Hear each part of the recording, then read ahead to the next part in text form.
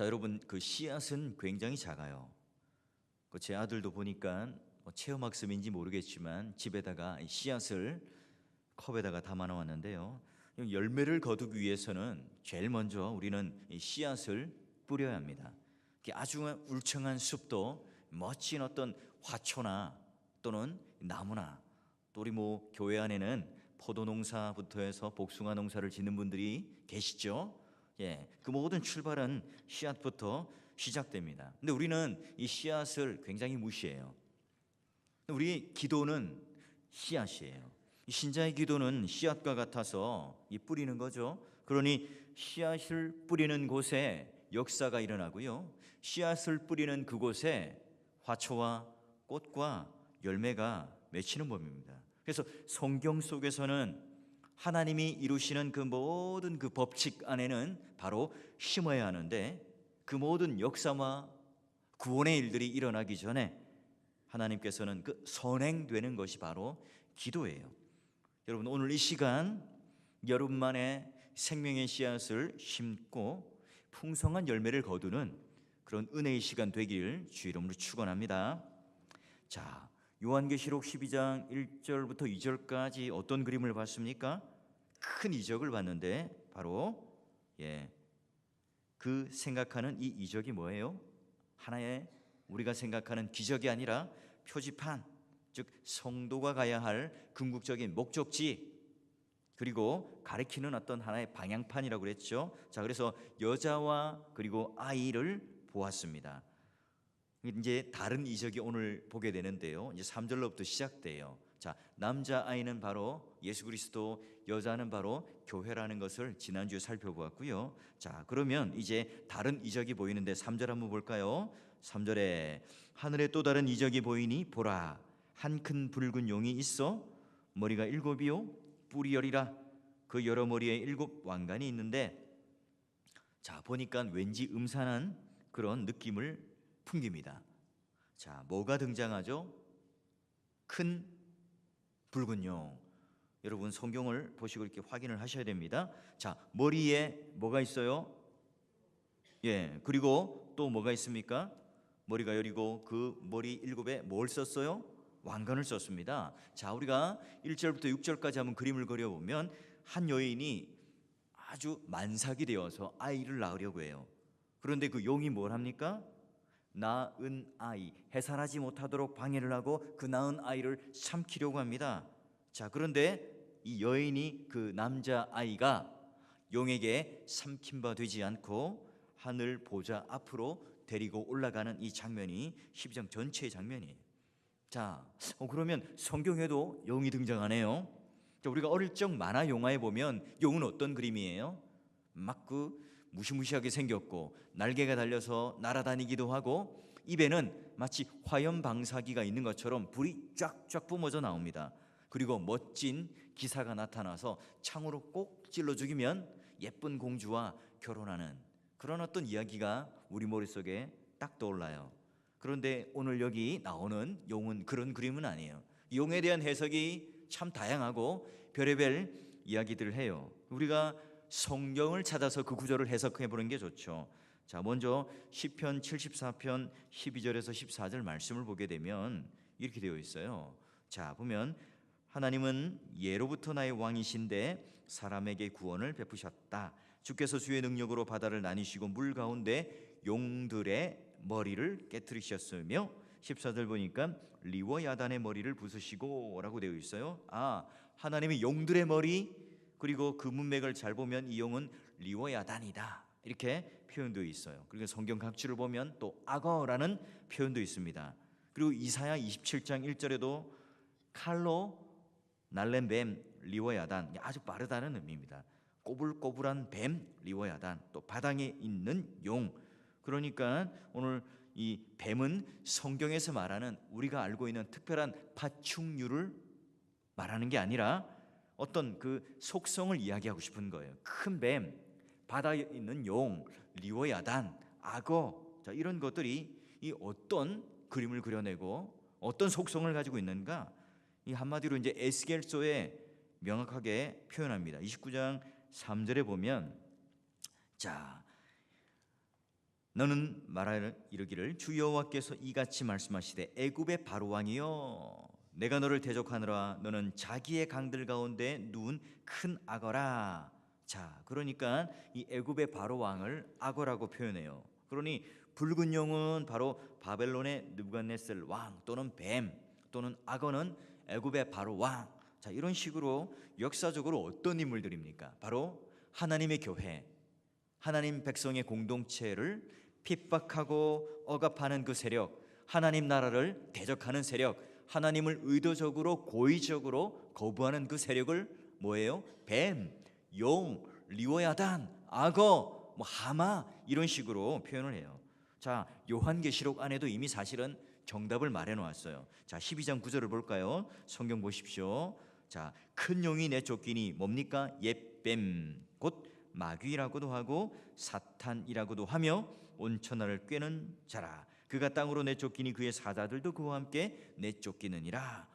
용이 어떤 존재예요? 옛뱀. 뱀?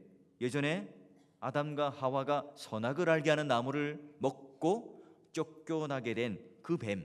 자, 그는 어떻게 이름이 불립니까? 사탄이요 마귀다. 하나님을 반역한 천사의 우두머리로 가리키는 이름이에요. 자, 그러면 우리가 가지는 이 선입견이 뭡니까? 이 뱀, 용, 사탄, 마귀 이런 것들은 굉장히 우리를 격렬하게 괴롭히고 물리적으로 쳐들어오는 그런 존재로 우리는 자꾸 생각해요. 아니에요. 잘못된 생각인데요. 사탄이 하는 가장 중요한 일을 여기 뭐라고 이야기합니까? 첫 번째는 하나님을 대적하는 자, 그리고 그 붉은 용의 세력은 뭘 해요? 거짓말의 달인이다. 온 천하를 꿰요. 또 하나는요, 고소자다. 자, 하나님 앞에서 밤낮 참소를 합니다. 하나님, 저 최 목사요, 이런 죄 지었고요, 저런 허물도 있고요, 이런 약점도 있어요. 하나님, 저자가 무슨 사월교회 담임 목사라고요? 아니, 저자가 무슨 성도라고요? 저자가 하나님 백성이 맞습니까? 하나님 아들로 양자된 자가 맞습니까? 저 찌질한 저자가요? 뭐예요? 참소하고 고자질하고 거짓말하는 단일이 바로 사탄이요, 마귀요, 용이요, 뱀이요, 리워야단, 악어라는 의미로 사용됩니다. 자, 오늘 모습을 보세요. 용의 머리가 몇 개라고요? 7개. 7개. 완전수. 바로 하나님을 가르치는 완전수인데 바로 하나님 주권에 대하여 모방하는 그림으로 머리가 7개나 됩니다. 그리고 10개의 큰 뿔이죠.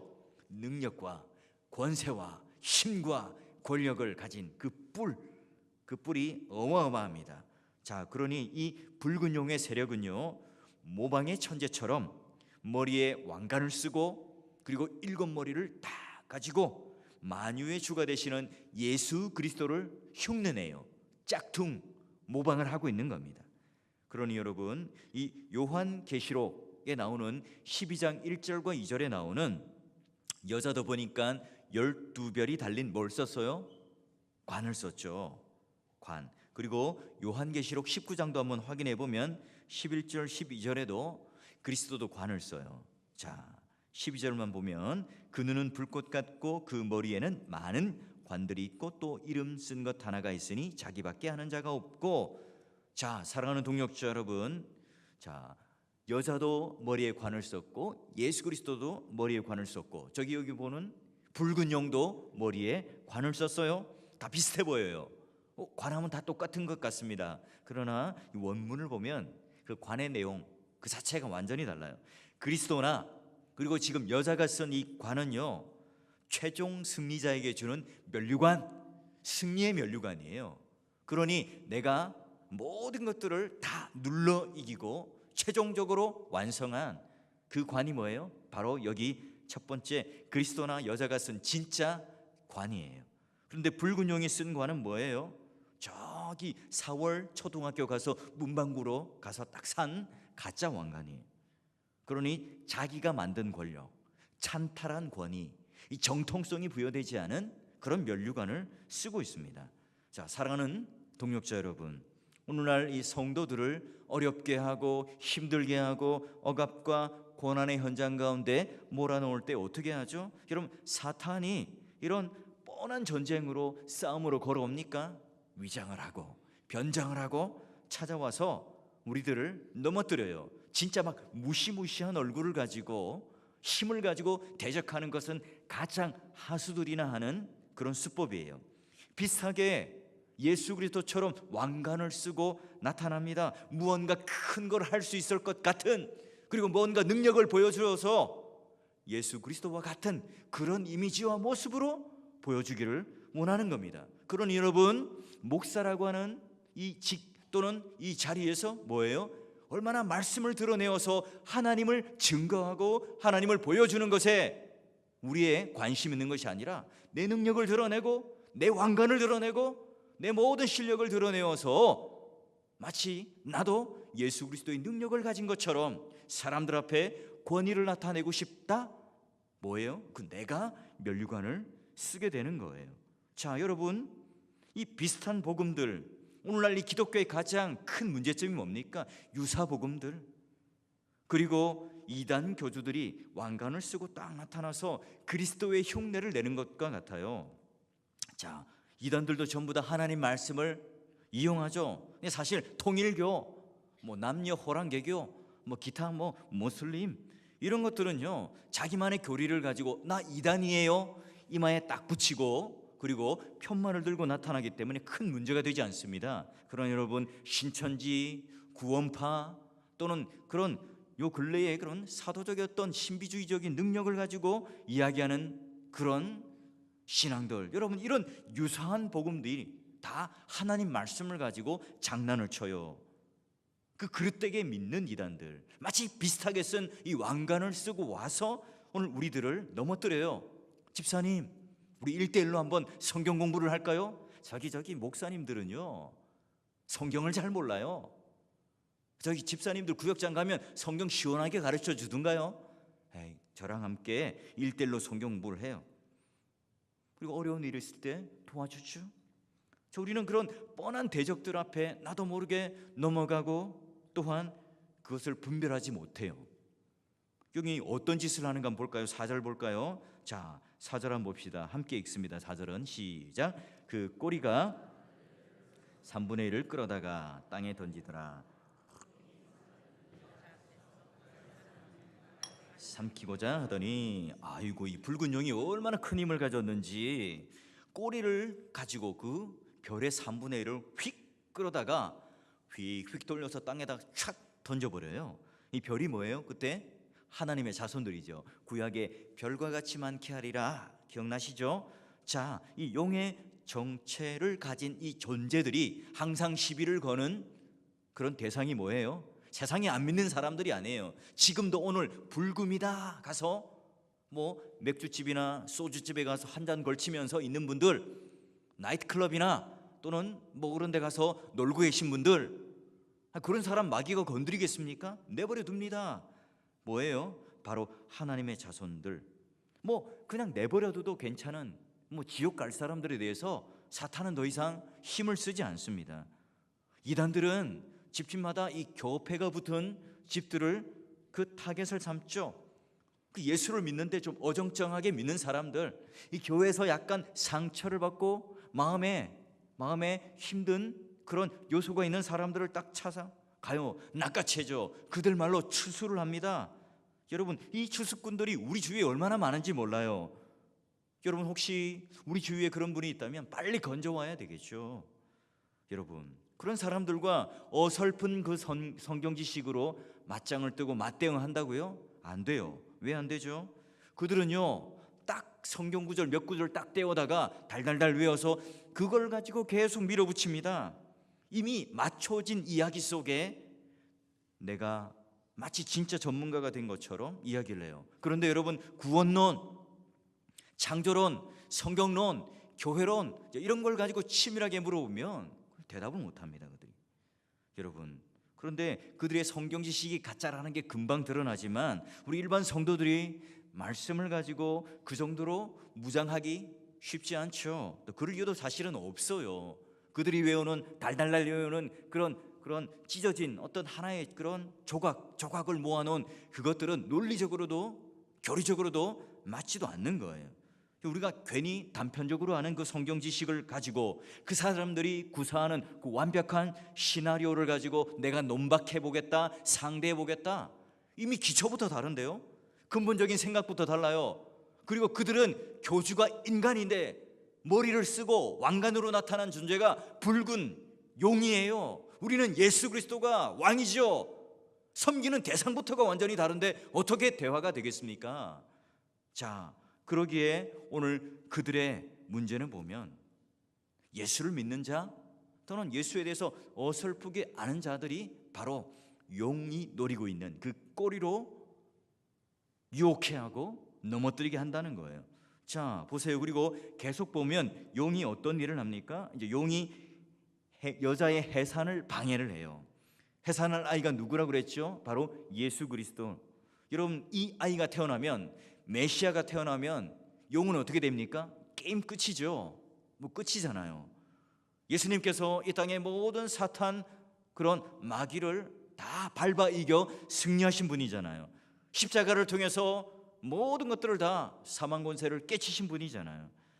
그래서 용은 사력을 다해서 그 여자가 해산하지 못하도록 방해를 하는 거예요. 여러분, 그 대리자 역할을 맡았던 게 그 시대였던 시대적인 어떤 그 배경들을 보면 누굴까요? 헤롯 왕이겠죠. 예수님이 태어날 그 무렵에 유다 왕이 나타났다, 유다의 메시아가 나타났다, 유다의 진짜 왕이 나타났다, 이 박사들의 증언을 듣습니다. 그런데 어떻게 해요? 정통성이 없었던 에돔의 후손이었던 그 헤롯이 야, 안 되겠다, 2살 이하의 남자들을 다 죽여 놓으면 결국은 그 왕이 이제 등극하지 못하겠지, 그 생각을 해요. 결국 큰 애곡의 소리가 있었습니다. 자, 그 아이가 누구냐? 12장 5절에 보니까 그러나 하나님께서 그 여자가 아들을 낳으니 이는 장차 철장으로 만국을 다스릴 남자라. 그 아이를 하나님 앞과 그 보좌 앞으로 올려가더라. 붉은 용의 그런 해방과 억압이 있었죠. 그러나 뭐예요? 하나님께서 이 여자가 보좌 앞으로 이 아이가 올라가도록 착 보호하셔서 그 보좌 가운데 올라가요. 자, 그런데 여러분, 이 메시아가 태어날 때는 항상 여자가 라는 표현을 써요. 여자가 아들을 낳으리니 라는 표현을 써요. 그 예수 그리스도는 그러면 남자가 낳는 게 아니라는 말이에요. 남자의 혈통으로 받아서 태어난 자손이 아니라 동정녀 마리아인 어머니, 바로 그 몸을 통해서 태어나신 분이에요. 그래서 단순히 아들을 낳았다 이렇게 표현하지 않고 여자가 아이를 낳았다 이렇게 해요. 왜요? 보통 유대인의 족보 관습에는 여자가 개입되지 않죠. 그러니 여자가 아이를 낳았다 하는 것은 남자의 혈통을 가지고 태어나는 일반적이고 일상적인 그런 자손이 아니라는 겁니다. 메시아가 태어났다. 자, 그런데 여러분, 이 아이가 태어났어요. 그런데 곧바로 보좌로 확 하고 올라가요. 마치 이 압축 파일을 보듯이 그리스도가 고난받고 그리고 죽음과 부활 이거 없이 그냥 바로 승천하는 그림으로 보좌로 올라가는 그림을 보여줍니다. 여러분, 이렇게 생략한 이유가 뭘까요? 바로 오늘 우리가 이 편지를 받아볼 때 지금 현실이 너무나 어려워요. 그리고 고난 속에 있을지라도 오늘 우리가 마지막 최후 승리의 그림이 무엇인가? 바로 어린 이 아이가 태어난 이 메시아가 바로 하늘의 보좌에 올라가서 승리의 영광의 모습으로 우리를 소개해요. 자, 예수 그리스도가 태어나면 이 모든 것들은 다 세상에서 자랑하는 가짜 왕관을 쓴 가짜 면류관을 쓴 것들은 다 끝이다. 이 구속의 대전쟁은 우리 대장 되시는 예수 그리스도께서 이미 성취한 승리다. 이 순례길이 힘들고 어렵지는 고난이 있을지라도 내가 그 승리의 영광을 가지신 이 아이가 보좌에 계신 그 모습을 보러 또한 내가 하루하루 살아갈 힘을 얻는다. 이 그림을 우리에게 보여줘요. 그러니 여러분, 오늘날 이 땅에 살면서 승리를 경험하고 승리가 확정지어져서 그것을 보고 걷는 사람과 내가 앞으로 어떻게 될지 모르는 그런 사람이 그런 살아가는 이 열정, 모습은 전혀 다르겠죠. 그러니 간단한 이 그림은 오늘날 살아가는 우리 성도들에게 승리의 근거가 되고요, 영적 힘의 근거가 돼요. 자, 그러면 오늘 하나님께서는 이 최종적인 승리의 그림을 어떻게 그려주시는가? 우리에게도 그러면 면류관을 바로 샥 씌워주시는가? 볼까요? 자, 12장 6절 보세요. 한번 같이 읽을까요? 시작. 그 여자가 광야로 도망하매 60일 동안 그를 양육하기 위하여 하나님께서 예비하신 곳에 있더라. 자, 여자가 어디로 도망갑니까? 광야로 도망가요. 이 여자는 메시아를 낳은 여자이기도 하지만 동시에 오늘 머리로 둔, 우리 몸으로 둔 그런 많은 구원의 자손, 그 교회를 의미해요. 신약의 교회를 말하죠. 이 여자는 성도들의 무리입니다. 그러니 이 성도들이 결국 광야로 도망을 가게 돼요. 1260일, 42달, 3년 6개월. 여러분, 이 기간은 이 종말의 기간을 좀 더 길게 표현한 거죠. 예수 그리스도의 탄생부터 예수 그리스도께서 오신 그까지가 뭐예요? 종말의 시간, 종말의 기간이죠. 자, 그럼 지금 우리는 다 종말 안에 들어와 있는 사람들입니다. 1260일 동안 우리의 삶은 다 뭐예요? 광야의 삶을 살고 있습니다. 여기가 광야예요. 이 시간이 광야의 시간이고 종말의 시간이 광야죠. 여러분, 성경 전체를 볼 때 출애굽의 역사를 보면 구원사적으로 가장 큰 사건이잖아요. 모두가 다 광야의 모티브가 있는 겁니다. 출애굽한 이스라엘 백성들, 광야, 한 줌의 씨를 심을 수 없는 그곳입니다. 뭔 열매 하나 생산할 수 없죠. 무시무시한 추위와 밤, 절망, 그리고 전갈, 건조한 땅입니다.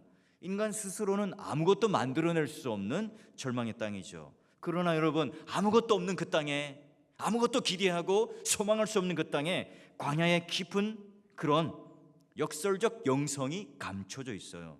우리의 힘으로는 어떤 것도 생산할 수 없고 우리의 힘으로는 아무것도 할 수 없지만 광야만큼 하나님께서 전적으로 우리를 인도하시고 우리를 보호하신다. 여러분, 그것을 체험할 수 있는 공간이 또 있습니까? 여러분, 사무엘서 강해를 보면 다윗의 멋진 모습이 기대돼서요.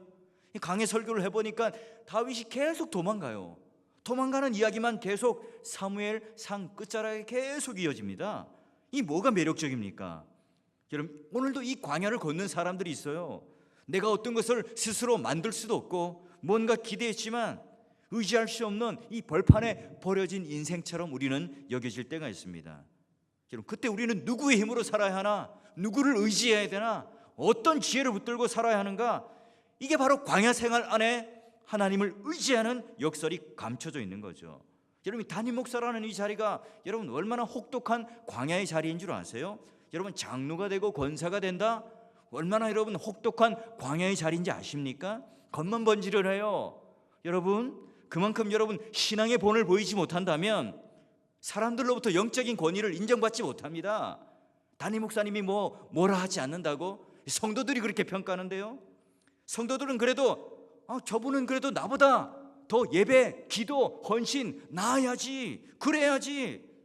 그러나 우리는 아랫목에서 여겨지는 우리의 신앙생활을 살고 있지 않습니까? 점검해 봐야 돼요. 붉은 용이 아하, 너 여기가 끝이다 라고 하면서 꼬리를 휘휘 저어서 늘 우리를 아무것도 없는 것, 죽을 자리로 확확 밀어내요. 우리는 그냥 낭떠러지에 툭 떨어지는 것처럼 서게 만들죠. 우리는 아우성칩니다. 하나님 어디 계시죠? 하나님 도움이 어디에 있습니까? 신앙적 회의가 오고 절망도 오고 또 사람들로부터 비난도 받을 때에 이런 환경에서는 정말 하나님께서 어디 계시는지 모르겠어. 그런 우리의 고백과는 전혀 상관없이 오로지 의지할 분은, 오로지 우리의 구원의 반석 되시는 분은 하나님밖에 없다. 이걸 고백하게 만들며 이걸 알게끔 만드는 게 바로 광야의 역설이고 우리 신앙의 역설이에요. 그래야 사람이 얼마나 그 하나님의 존재가, 그 구원의 능력이 우리를 이끌고 가는가, 종합적으로 우리를 붙들고 계신가, 그걸 깨닫는 것이 바로 강해요. 은혜의 꽃이 피는 곳이 바로 광야라는 거예요. 세상이 말하는 그런 화려한 꽃들, 열매들이 없지만 하나님의 뜻, 하나님의 섭리, 하나님의 은혜가 만발하는 곳이 어디예요? 바로 광야예요. 내 인생이 넉넉하다고 생각될 그 애굽, 그런 곳에서는요 하나님을 절박하게 찾지 않습니다. 오로지 그냥 바로만 피하면 되고, 그리고 또한 하루하루 살아가면 됩니다. 이 마지막 상황, 오늘 광야 이곳에서 그들은 하나님을 만나고 신앙이 자라가고 하나님의 은혜의 만나를 경험하고 반석의 물을 경험하죠. 이건 광야에서만 체득할 수 있었어요. 40년 동안 발이 부르트지 않고 의복이 헤어지지 않고 날마다 만나와 메추라기를 먹여주시고 또한 그 하나님의 은혜 가운데 수많은 적들을 물리치고 보호함을 받았죠. 여러분, 이걸 애굽에서 경험할 수 있었습니까? 체험할 수 있었습니까? 못했어요. 이 광야의 시기에 정말 하나님만이 나의 전부이시구나, 정말 하나님만이 나의 모든 인생의 전부이시구나, 이걸 고백하며 훈련을 받는 것이죠. 그러니 여러분, 실패하고 좌절했다 해도 이 광야의 시간 속에서 지금을 하나님께서 어떻게 인도하시는가 경험하라는 말이에요. 그러니 여러분, 광야라고 하는 것은 바로 그런 곳이죠. 붉은 용이 아무리 우리를 꼬리를 휘휘 저어서 냈다 꽂아박아도 우리를 지옥에 떨어뜨리는 것이 아니라 땅에 떨어뜨려요. 광야로 내몰 수밖에 없죠. 자, 그 광야는 어떤 것이에요? 신명기 8장 5절에 보니까 너는 사람이 그 아들을 징계함같이 내 하나님 여호와께서 너를 징계하시는 줄 마음에 생각하고, 여기 이 징계는요 막 때리고 또 뭐 이렇게 회초리 치는 게 아니라 자녀를 만들어 간다 하는 의미예요. 너 잘못했지, 엎드려 하며 회초리하는 것은 체벌이죠. 그게 아니라 너 사랑하는 내 아들이니까 내 자녀 삼을 거야 하는 그 하나님의 의지가 담긴 그 뜻이 뭐예요? 징계입니다. 예를 들어 제 자식이 맨날 게임을 해요. 막 눈이 토끼 눈이 되어 있습니다. 이럴 때 내가 집에 가서 얘야 힘든데 홍삼 한 봉지 먹고 오락하고 유튜브를 봐라, 여러분 그렇게 말하는 부모가 있을까요? 자식이 아니라면 날밤을 새든지 뭐 상관없겠죠. 자식이니까 그걸 체벌하고 다시 한번 내가 저렇게 두어서는 안 되겠다, 내 아들 된 이 실력을 길러줘야 되겠다라고 그를 야단도 치고 또 자식되게 만들겠죠. 여러분이 광야라고 하는 학교 속에서 바로 이런 하나님의 뜻, 하나님 자녀 만들기에 순간으로 하나님께서 주신 곳이에요. 그러니 이곳은 이 절망의 땅이 아니라 바로 하나님께서 우리를 집중적으로 훈련시키는 은혜의 땅임을 우리는 알고, 예수 믿는 자들은 그래서 고난에 대한 해석이 다르고 그리고 삶의 환경에 대한 해석을 달리하는 거예요. 여러분 지금 광야에 계십니까? 하나님 내게 어떤 훈련을 시키시는가 그 기대를 가지고 계세요? 그럴 때 광야는 더 이상 광야가 아니라 내게 은총의 땅이 되고 은혜의 강수를 경험하는 땅이 되고 하늘의 만나를 맛볼 수 있는 귀한 은혜의 땅이 되는 겁니다. 하나님의 자녀들이 완전히 멸망하지 않죠. 3분의 1 끌어다가 지옥이 아니라 그 땅에다가 던져졌어요. 그래서 우리는 어느 정도 고난과 박해와 어려움이 있는 그 인생을 살아갑니다. 여러분 이 4월 교회 안에 참된 복음이 선포되고 있습니까? 사탄의 분노와 핍박을 피하여 여러분 광야에 서 있으세요? 여러분 이 광야에 하나님이 없다면 죽음의 땅이지만 하나님께서 함께 하시기 때문에 은혜들이 예비되어 있는 땅이죠. 오늘 이 교회가 바로 그런 곳이에요. 하나님 백성의, 하나님 모든 믿는 사람들에게 하나님의 영권, 하나님의 능력이 흘러나오게 되어 있어요. 바울을 보세요. 내가 어떤 형편에 처하든지 내가 자족하노라. 내가 하나님께 주시는 그 능력 주는 그 자 안에서 어떤 환경이라도 내가 이길 수 있었다. 굶주림 그리고 매맞음 또는 어떤 생명의 위협 속에서도 내게 주시는 그 하나님의 능력 때문에 내가 모든 것을 이길 수 있었다. 바울의 고백이죠. 그 바울의 모든 인생이 광야 아닙니까? 오늘 내던져지는 그 붉은 영과 맞대면하며 싸웠던 인생 아닙니까? 그래서 여러분 에베소서 6장 10절에도 끝으로 너희가 주 안에서와 그 힘의 능력으로 강건하여지고, 그 힘의 능력으로 강건하여지고, 우리가 교회만 열심히 다니는 것으로 끝나면 안 돼요. 무언가 다른 게 있어야 되겠죠. 세상 사람들도 주말이면 산에 놀러 가고요. 오늘도 지금 이 붉은 끝내주는 밤 아닙니까? 놀러 다니고 술 먹고 직장에서 회식을 하고 할 수 있죠. 하지만 우리는 왜 이런 기도의 자리에 왔죠? 왜 우리는 예배의 자리에 왔습니까? 왜 우리는 세상 사람들이 모르는 그 하나님을 만나러 이 광야가 즐비한 이 세상 속에서 이곳에 찾아왔습니까? 왜 우리는 기도를 하며 철야를 하러 왔습니까? 찬양을 부르는데 기쁨이 있으세요? 기도를 하는데 하나님을 만나고자 하는 가슴 두근거리는 그 마음이 있으십니까? 이 바벨론 현대판의 도시 속에 붉은 용, 리워야단, 뱀, 악어들이 질비하는 이 세상 속에서 신적 능력을 누리는 그 자들이 되고 있습니까? 이미 예수님께서 하늘 보좌에 올라가서 앉아서 승리를 쟁취하시고 오늘 광야이지만 이 영적 파워 게임에서 밀리지 않도록 우리와 함께 동행하셔서 그 승리를 주신다는 그 놀라운 능력을 믿고 여러분 이 자리에 찾아오셨습니까? 여러분 우리가 그 능력, 그 싸움에서 밀리면 우리는 포로로 잡혀가요. 눈이 뽑혀버리죠.